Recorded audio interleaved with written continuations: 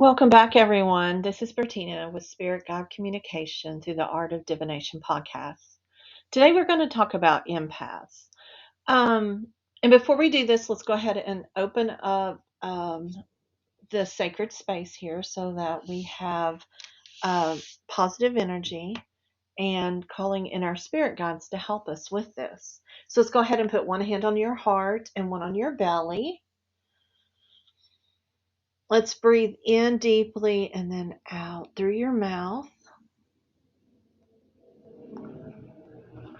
Again, breathe in through your nose and out through your mouth.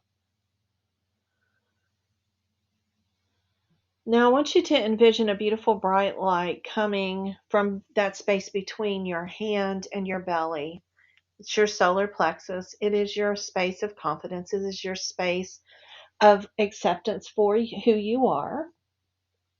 And just envision this light going out and all around you. It could be whatever color you want, whatever your favorite color is. Mine today is going to be red. And I'm going to have that wonderful protection around me as we ask our spirit guides to come and into the circle. So let's go. In this sacred moment, I open my heart wide, welcoming my spirit guides to stand by my side. With reverence and love, I invite you in to share your wisdom and guidance. And let's our journey begin. So, I've been working on this new class called Empath 101. It's an online self-paced class where it's $20. You pay. There's a link. There's a workbook, an ebook, a couple of handouts, and even an activity to help you figure out what type of empath you are, as well as what to do being an empath and how to keep yourself focused.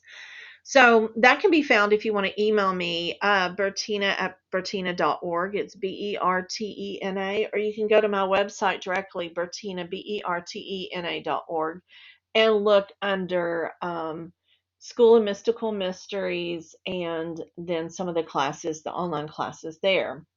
It's a very simple class. Many times people want to talk about being an empath and they get very confused. They think that it's a bad thing. They think that it's something that's overwhelming, and it is overwhelming at times. But what I want to talk to you today is just kind of a definition of empaths and what different types they are. And maybe after this, you may want to go check out that class or maybe find a book and help find yourself a way to ground yourself. Okay, so let's go ahead and get started. Um, Empath is someone who experiences empathy at a heightened level. A lot of times they're highly attuned to the emotional state of others, and this even gets to the point of where they take on someone else's personality, they take on their energy, their emotional state, and they can't separate the energy from themselves or from someone else. So, from a spiritual perspective, empaths often have a deep sense of knowing, a connection to others. They tend to have more coincidences, occurrences, serendipity, events, vivid dreams, and they're always have a strong intuition. A lot of times, empaths understand people at a soul level beyond just the surface of emotions. So these emotions are intense that they feel. So they're not just feeling the energy and emotions that the person's feeling right there that they're showing, but going on deeper into their soul level. But being an empath does have its challenges. Because of their openness to emotional energy, empaths find crowded spaces overwhelming. They struggle with setting boundaries and they need more time alone to recharge. The spiritual journey of an empath involves learning how to navigate these challenges while embracing their empathic gifts. That is how come in this class you'll notice that there is an empath ebook, a workbook, and then at the end it is a spiritual path roadmap just to try to help you get back on track. So there's three empath types that we talk about in the class. There's cognitive empaths, there's emotional empaths, and compassionate empaths. The cognitives are the ones that they can really understand the thoughts and perspectives of people, their beliefs of others, and a lot of times they just see the world through different lenses. They are really good sociologists, psychologists, counselors, and the like. So it is, they just really, really, really connect with people socially. They can go out and interact, but then they're so overwhelmed afterwards. But they have the best time of their life when they're out interacting. Emotional empaths are highly attuned to the emotions of others. They can easily absorb and feel those emotions as if they were their own. They have a deep understanding of others' emotional states, and they experience intense empathy. And this is the thing, their emotions and the people's emotions around them get mixed together. And if you're already having a hard time dealing with emotional issues of yourself, depression, anxiety, social anxiety, it is not a good thing to be able to take on other people's emotions and not be able to separate those. And that's a few things that you'll learn in this class as well. Um, Compassionate empaths not only feel the emotions of others, but also possess a strong desire to alleviate people's suffering. These are our healers. They tend to be nurses, they tend to be doctors, they tend to be Reiki masters. They are driven by such a deep sense of compassion for others that sometimes they forget to take care of themselves. And they think that they can save the world. And that's not a bad thing, but it's a draining thing upon someone's personality. So the spiritual journey of empaths is really awesome because they tend to gravitate towards a higher spiritual awareness.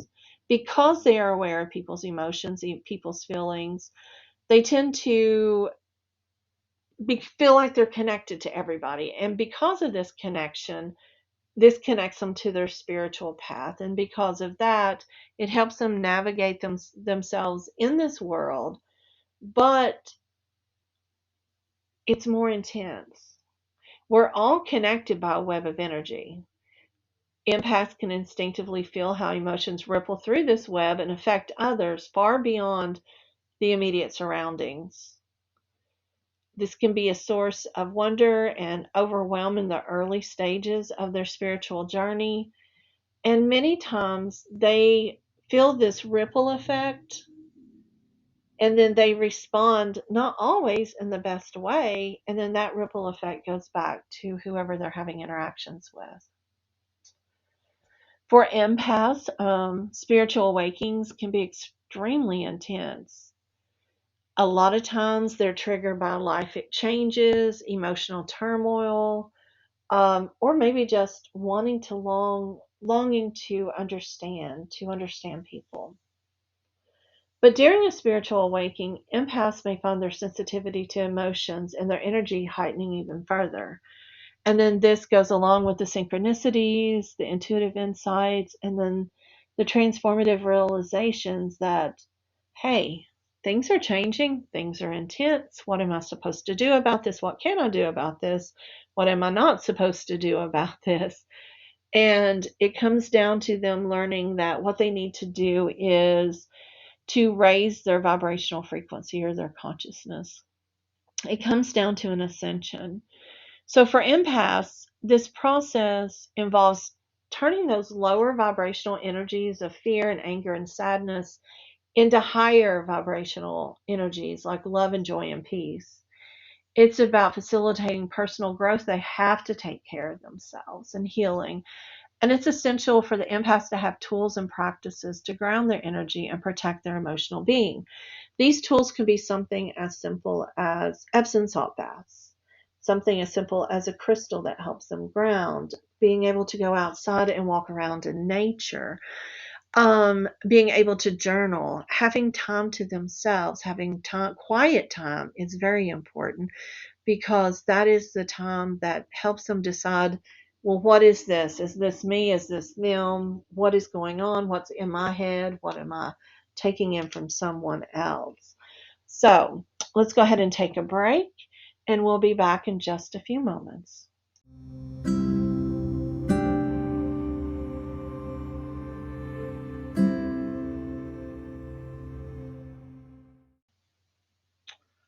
Hi, welcome back to Spirit God Communication through the Art of Divination. My name is Bertina and I'm your host. And today we've been talking about empaths. Remember that an empath is a person who experiences empathy at such a heightened level. We've been talking about the three types, which are cognitive empaths, emotional empaths, and compassionate empaths.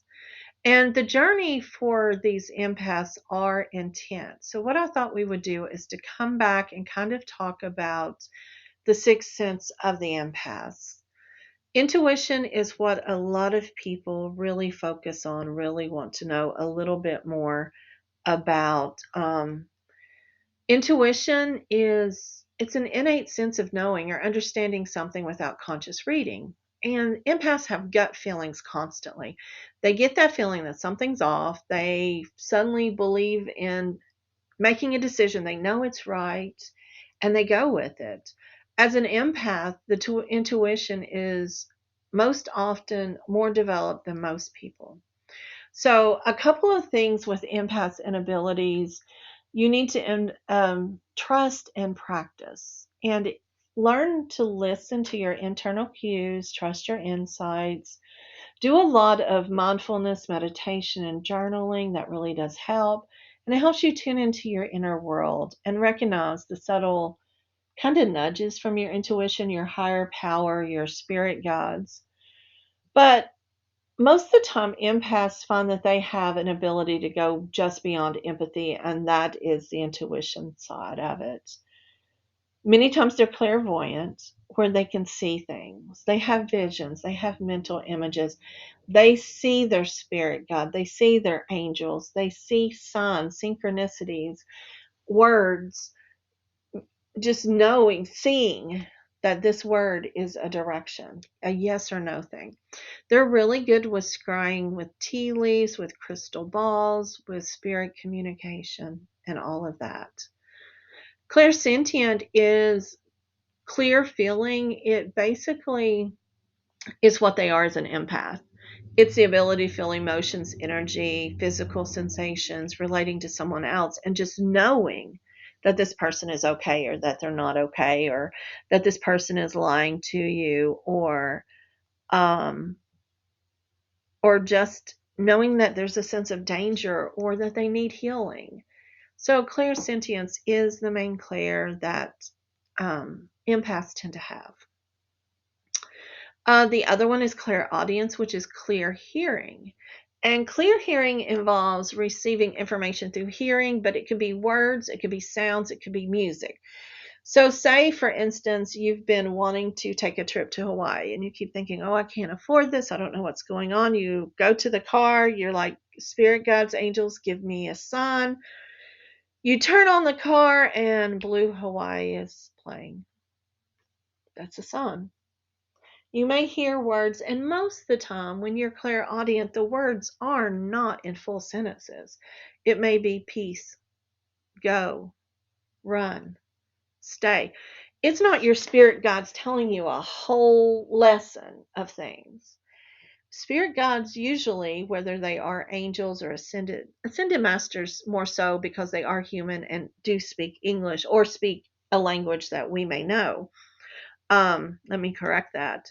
Um, Spirit guides such as like angels and goddesses and other ones like that, and people who have like animal gods.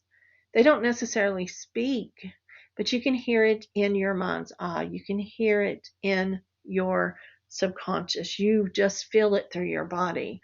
And a lot of times people want to doubt that because our Western mind tells us, oh, it's just your imagination. Really? Do we really know that? So, yeah, just taking some time to looking at that and going through. Um, and really just trying to think about, do I hear things? And if you hear things, are they positive? That's your spirit guides. If they're negative and telling you to do something bad or telling negative thoughts, that's not your spirit guide. that is something that you may have to address with a therapist. You may have to address with someone else, because your spirit guides, your higher self, will never tell yourself to do something wrong. Okay. Do you think you might be an empath? So let's think about here. Do you have frequent or vivid dreams? Maybe sometimes prophetic dreams, telling you something's going to happen before it happens? Can you sense the energy of a room or location when you go into it? Can you go into a room and just know? The other day, I had a feeling, and that's the next one. Do you have a strong sense of knowing things about people or situations without knowing how you know? The other day, I had a feeling that I did not want to go into work, and I almost got sick not wanting to go. Should have probably trusted myself. No, I should have trusted myself. There's no probably about it. And when I walked into the building, my stomach just sank. I got nauseous and felt really bad. And it wasn't a good day. And I could have probably stayed home and avoided a few situations if I trusted myself. But we have this idea that unless you're physically sick, you don't go to work, or unless you're, something really bad is happening, you don't go to work. Otherwise, you go to work. But really, when you have these intuitive, empathic impressions, you need to trust them and allow yourself to just trust your intuition, just follow it through. A lot of times, do you experience physical sensations or emotions connected to certain people, even if they're not near you? Moms usually do this with children. Partners do it with each other, but this also happens with strangers as well. Or do you receive information or insights through unexplained sounds, images, or impressions? Absolutely see things constantly. I see signs, I see images, and it tells me yes, no, go forward. It's really wonderful, but at the same time, it becomes overwhelming. Now, there are a lot of challenges. There's some sensory overloads that happen. And some of the things that you need to learn to do if you are empathic is to ground. Ground yourself, set your boundaries, do things like journaling or exercising or something to release emotions, and protect yourself with energy. One of the best ways to do energy is just envisioning a beautiful white light coming down from the heavens and surrounding you. I'll call that Michael's pink light. Pink light of protection. And it really does allow emotions to come through, but only the good ones. And it allows you to control what it is that comes through for the best of your ability and theirs. I find that white light keeps everything out, because white lights tend to avoid everything. They see everything negative. So having a sense of, okay, pink light, love, let things in, that's loving, let it come in as for our higher best, the best part for all of us. So what I'm going to do is we're going to take a break again. I'm going to come back. I'm going to pull a healing spirit card, and then I am going to do a short Reiki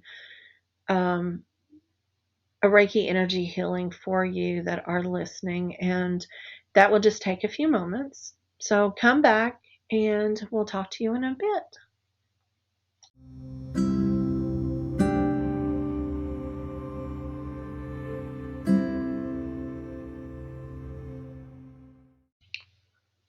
Okay, welcome back to Spirit Guide Communication through the Art of Divination podcast with Bertina. We've been talking about empaths today. What makes you an empath? Do you think you're an empath? What are some gifts? And then what are some things that are really heavy on you? What are some challenges? So what we're going to do in this half is I'm going to pull a card from the Healing Spirits Oracle by Gordon Smith. It's a beautiful deck. It's green. It is beautiful. So I'm going to pull a card, and we're going to look at the healing message, and then I'm going to send Reiki to you all based upon the color that's in the card. So let's go ahead and shuffle. Okay. Oh, let me see what I have here. Oh, wonderful. You're on the right path. This card is beautiful. It shows, someone's soul, their spirit reaching up to the heavens, reaching out to their spirit guides, reaching out to the sun, and you're on the right path. So many times that we question, are we really on the right path? Are we moving in the right direction?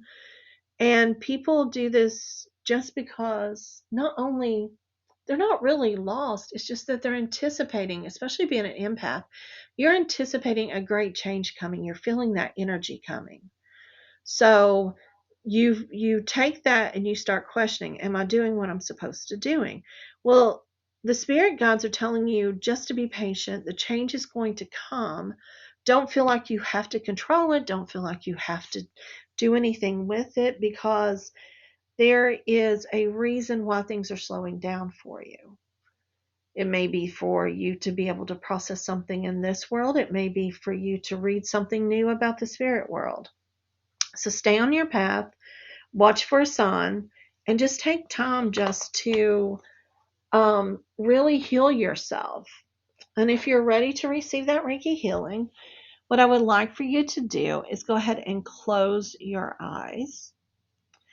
Get in a comfortable position and allow yourself just to breathe in and out for just a moment. Deepening, relaxing yourself into that chair, that couch, whatever it is that you're laying on. And I want you to envision this beautiful, beautiful purple. It's a deep purple. As you breathe in the color of the deep purple. It's a healing energy from your spirit guides. It's going to allow you to feel the healing to come through your body. Notice if it goes to your mind, to your heart, to your solar plexus. Where does it go to in your body to heal first? This is where your healing needs to take place first. Many times we have it in our heart because our heart aches for other people, being an empath. Many times it may go to your solar plexus just below your rib cage because you ache for yourself. You don't take care of yourself. So you can leave this running. Allow the Reiki to come through to you.